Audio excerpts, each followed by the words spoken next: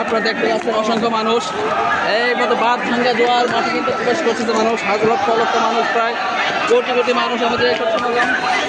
আপনারা দেখতে পাচ্ছেন এই গেটটা কিন্তু খোলা ছিল না, এর মধ্যে খুলে দিয়েছে।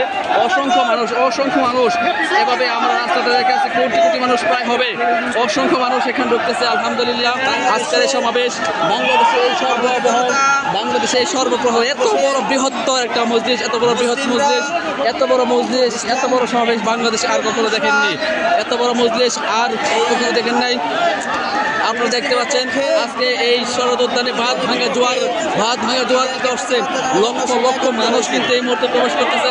আপনারা দেখতে পাচ্ছেন বিশাল বড় একটি ফিলিস্তিনি পতাকা হাতে নিয়ে আজকে মানুষ কীভাবে চলে আসছে, এরকমভাবে অনেক মানুষ রাস্তা দিয়ে আমরা রেখে আসছি।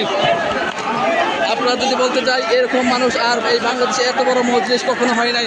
আজকে ওই ফিলিস্তিনদের পক্ষে বাংলাদেশের 18 কোটি তৌহিদ জনতা রয়েছে, বাংলাদেশের সকল শ্রেণীর মানুষ একযুগে একসাথে, এই মানুষ 18 কোটি মানুষ একসাথে রয়েছে। আলহামদুলিল্লাহ আপনারা দেখতে পাই লক্ষ লক্ষ মানুষ কিন্তু এদিকে সেই সমাবেশস্থলে যোগ দিতে যাচ্ছে।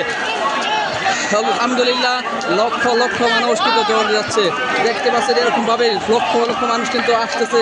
এত মানুষ কল্পনা করা যায় না, কত মানুষ।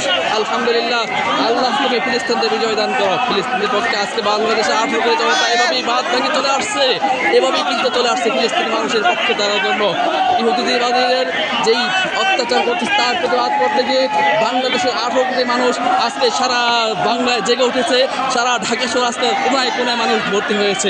এত মানুষ আজকে এই প্রথম বাংলাদেশের ইতিহাসে এই বিশাল বৃহত্তর মজলিস। আপনারা যারা দেখতে পাচ্ছেন এই মুহূর্তে অসংখ্য অগণিত মানুষ বাংলত। আমি যদি এভাবে 1 ঘন্টা 2 ঘন্টা ক্যামেরা ধরে রাখি, এভাবে মানুষ তারা আসবি, অসংখ্য মানুষ। আলহামদুলিল্লাহ